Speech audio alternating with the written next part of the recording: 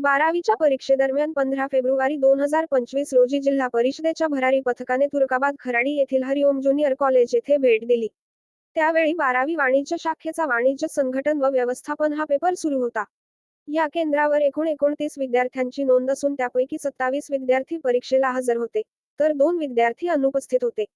केंद्राची तपासणी सुरू केली असता एका परीक्षार्थीबाबत शंका निर्माण झाली. अधिकाऱ्यांनी त्याला वडिलांचे नाव विचारले असता तो त्याचे वडिलांचे नाव सांगू शकला नाही.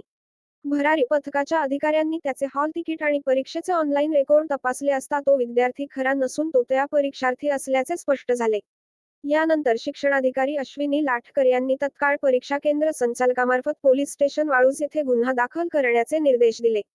या प्रकरणी योगेश प्रकाश रोकडे, विठ्ठल चंद्रकांत मांजरेकर तसेच शिक्षक अभिदीप या तिघांविरोधात गुन्हा दाखल करण्यात आला आहे.